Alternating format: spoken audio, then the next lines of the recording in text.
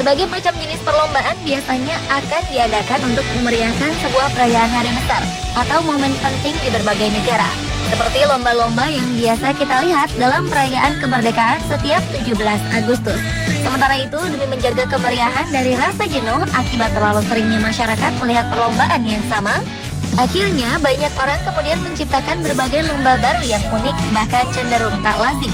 Perlombaan-perlombaan ini pada dasarnya mengacu pada jenis perlombaan yang sudah ada, tapi dengan memodifikasinya. Pemirsa, berikut 7 perlombaan tak lazim di dunia versi On The Spot.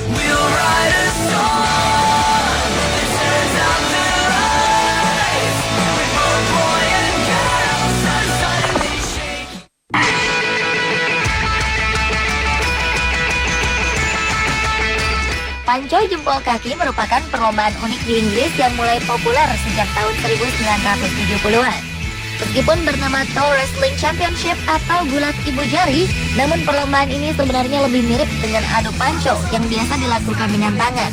Gulat ibu jari kaki ini secara resmi diadakan di Welton pada tahun 1970-an. Dan selanjutnya dilakukan di kawasan Villa Bentley Brook, Ashbourne, Derbyshire, Inggris.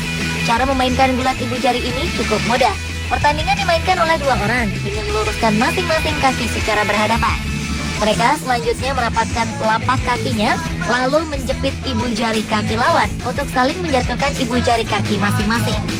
Siapa yang mampu menjatuhkan ibu jari lawan ke bawah dan menahannya selama 3 detik, maka ialah yang keluar sebagai pemenangnya. Berbeda dengan adu panco biasa, gulat ibu jari kaki ini mungkin akan memberikan rasa sakit pada kaki masing-masing peserta.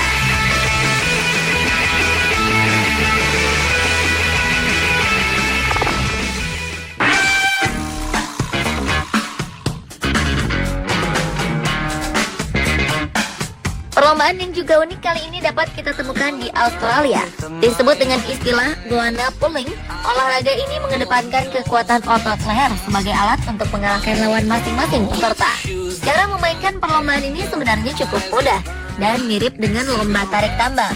Perbedaannya adalah jika biasanya kita menarik tambang dengan tangan, kali ini tambang dengan bentuk yang khusus akan dililitkan di leher peserta dalam posisi badan sedikit tengkurap.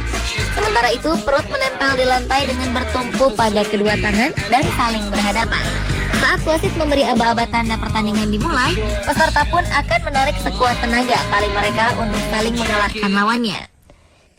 Namun ternyata tak selalu mereka yang lehernya paling kuat yang keluar sebagai pemenang. Nama goanna pulling sendiri diberikan untuk permainan ini karena posisi bermain peserta yang mirip dengan posisi seekor kadal goanna.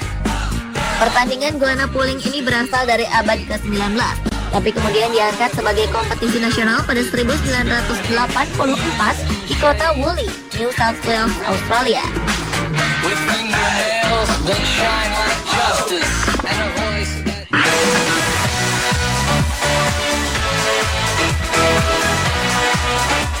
Sebuah festival unik untuk memasarkan ikan tuna yang melimpah dapat kita saksikan di Australia.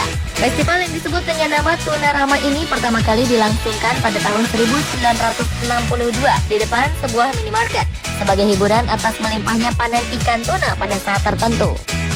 Lama-kelamaan kegiatan ini pun berubah menjadi sebuah perlombaan yang dapat diikuti oleh semua kelompok usia. Hal ini terkait dengan usaha promosi ikan tuna yang banyak dihasilkan di wilayah Pelabuhan Lincoln di Australia. Peraturannya sangat mudah. Dalam lomba ini, ratusan peserta akan sekuat tenaga melempar sejauh mungkin ikan tuna beku seberat 8 hingga 10 kg. Cara melemparkannya pun mirip dengan lomba lontar martil dalam salah satu cabang olahraga atletik. Tentu saja pemenangnya akan ditentukan berdasarkan hasil lemparan terjauh yang dapat mereka lakukan. Mulai dari yang terdekat dengan jarak 5 meter, hingga raihan sang juara yang berhasil melempar ikan tuna hingga sejauh 32,25 meter. Walaupun dilakukan hanya untuk bersenang-senang, namun ternyata hadiahnya cukup menggiurkan, yaitu uang tunai sebanyak $2.000 Australia atau sekitar 14 juta rupiah.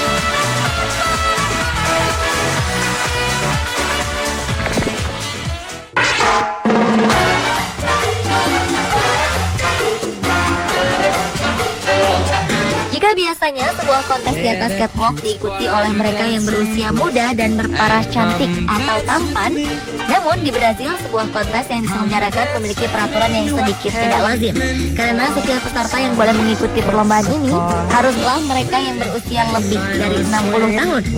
The Mr. Elderly Contest atau kontes pria parubaya merupakan sebuah kontes di Brazil yang diadakan untuk menentukan siapa yang pantas disebut sebagai kakek terganteng. Perlombaan ini terdiri dari beberapa babak, termasuk diantaranya penilaian atas kemampuan berdansa dan tersenyum setiap peserta. Melalui kontes ini diharapkan para lansia tetap sehat dan selalu beraktivitas di hari tuanya. Sementara untuk menyemangati peserta, tak lupa para nenek pun ikut ambil bagian dengan menjadi penari dalam acara tersebut.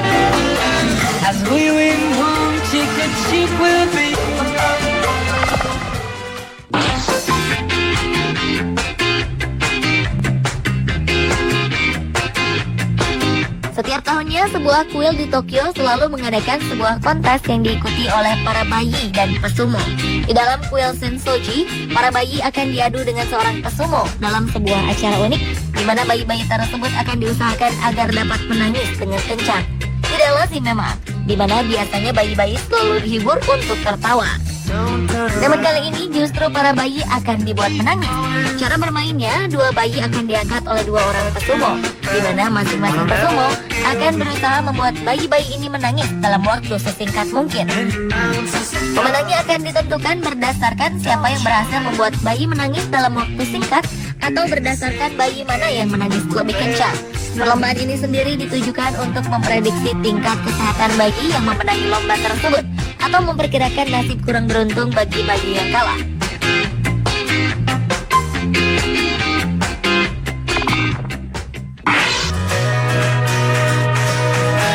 Jika biasanya olahraga polo dilakukan dengan melibatkan kuda, namun polo yang satu ini berbeda, yaitu dengan menggunakan gajah. Polo sendiri berasal dari zaman Persia, sekitar abad ke-6 sebelum Masehi. Polo kian berkembang dan menjadi salah satu olahraga bergengsi yang digemari oleh banyak anggota keluarga kerajaan di Eropa.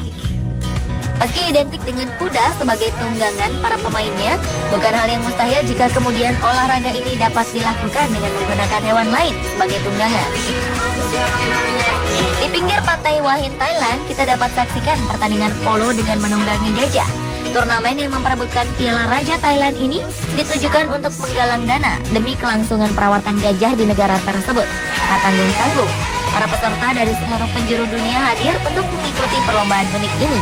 Latar belakang mereka pun berbeda-beda, mulai dari pegulat, pemain rugby, hingga waria tak mau ketinggalan untuk memeriahkan turnamen ini. Tapi banyak di antara peserta yang mengeluhkan betapa sulitnya mengatur arah gajah di atas lapangan.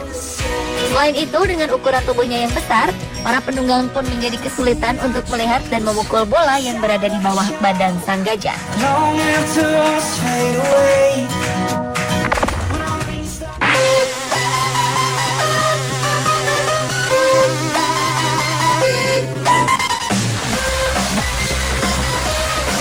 Sebuah kejuaraan tak lazim dan unik juga terdapat di Wales. Diberi nama The Bold Snorkeling, perlombaan ini diikuti oleh puluhan orang penyelam profesional yang mencoba menaklukkan medan berat di Paris. Lomba menyelam unik ini sudah dilakukan setidaknya sejak tahun 1985 yang lalu. Di sebuah lahan di wilayah Wainwright, parit sepanjang 54 meter digali setiap tahunnya untuk mempersiapkan perlombaan tersebut. Galian parit tersebut selanjutnya akan diisi oleh air dan secara sengaja diaduk agar kondisi air menjadi sangat keruh. Disinilah tantangan bagi para penyelam datang. Selain itu, peraturan melarang para peserta untuk menggunakan tangan seperti berenang pada umumnya pun menambah kesulitan dalam perlombaan ini. Hingga akhirnya kekuatan kakilah yang menentukan keberhasilan dari para penyelam tersebut. Kondisi air di dalam parit yang sangat kotor membuat banyak peserta dapat merasa pusing dan terjebak dengan arah yang salah menuju tempat finish.